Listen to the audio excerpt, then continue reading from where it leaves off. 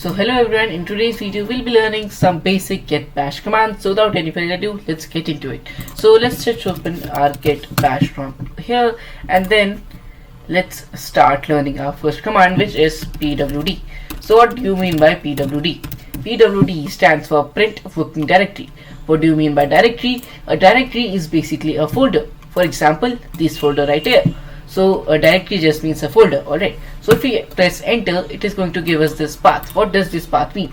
So to understand this path, we need to first understand how do we navigate our file explorer in the terminal. So let's just open file explorer and put these things side by side.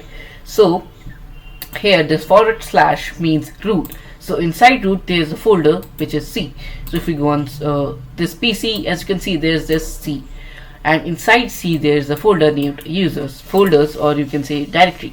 So inside C directory there is a directory named users. So inside C, as you can see, there is a directory or folder inside named users, and now inside users there is a directory named unch. So inside users there is a directory named unch, as you can see. So that's how we navigate file explorer using terminal. Alright, now let's learn how do we change to a directory. For example, if I want to go on here on this desktop folder, how do we go there? So we type a simple command, which is the second command we'll be learning, which is cd. Cd stands for change directory. So if we type this and then enter the name of our desired directory, we can go to that directory. So if I type desktop, we are now inside the desktop directory, and if we do anything there, it will be here. Alright, so now you know how do we go to a directory. Now let's say I want to go back to the directory which I was before. So as you can see, I was in the unch directory. If I again type pwd, as you can see, I was in the unch directory before I was in the desktop directory. Alright, so to go back to our directory, we just have to type cd space dot, and now we are back in the unch directory. As you can see, we are back in the unch directory. So how do we go back to our directory? Cd space dot. Alright, now let's again go to the desktop directory, and now in the desktop directory. Now let's learn how do we create files, or let's say how do we first let's learn how do we remove folders, or how do we make folders. To make directories or folder, I think I explained that. Yes, no, I have not explained that. Anyways, so to make directory, we just have to type mkdir. So as you know, directories stand for folder. So mk, you know, make. So make directory. What this means is make folder. And now we can enter the name of our directory which we want to create. So let's say I want to create a directory named unch_yt, and now it's going to create a directory inside the desktop folder. Let's just enter this, and then as you can see, it has created this directory named unch_yt. Let's just put it in the center.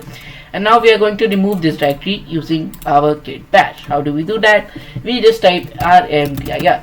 What does rmdir stands for? It stands for remove directory. Alright, and now after writing remove directory, you have to put the name of our desired directory we want to remove. So in this case, I want to remove the unch_yt directory, so I just type unch_yt. Alright, and now the unch directory will be removed. Alright, now let's learn our next command, which is rm. So before rm, I would like to teach you the touch command. The touch command is used to create new files.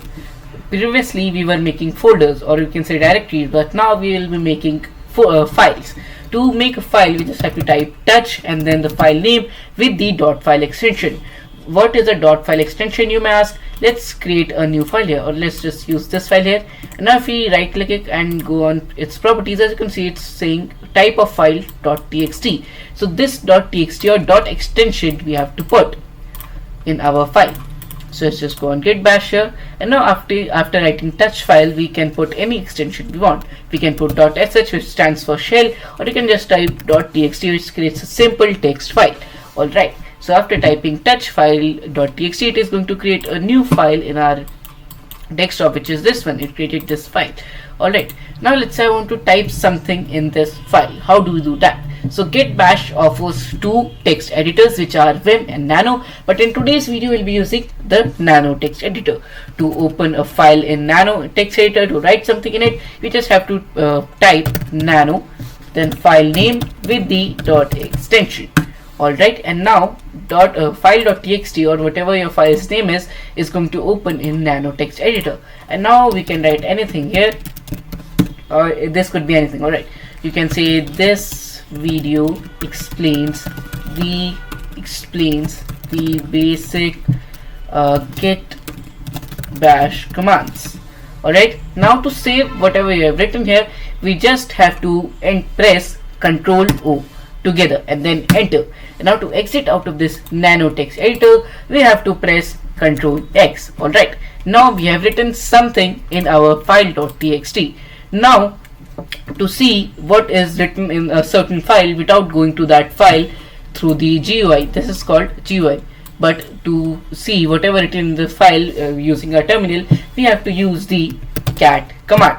So if we type the cat command with the file name with the dot extension, we can see whatever is written in this file. As you can see here, it's written lorem ipsum this video contains the basic git bash commands. So as you can see, whatever I had written using the nano text editor, it has displayed whatever it was written here. Alright, now let's say I want to remove this file. So previously I explained you to remove a directory we use rmdir, right? To remove a directory we use rmdir, but to remove a file we just use rm. We just use rm with the file name and dot extension. The dot extension is a must. You always have to put the dot extension while removing or making or doing anything with the file, right? And now we enter remove.file, and now as you can see, the file will not exist. It has officially been uninstalled. So that were the basic commands that are used in the git bash, and these were these commands. We have learned those. You can practice it by yourself, and that's all for today's video. Make sure to like, share, subscribe. Thanks for watching.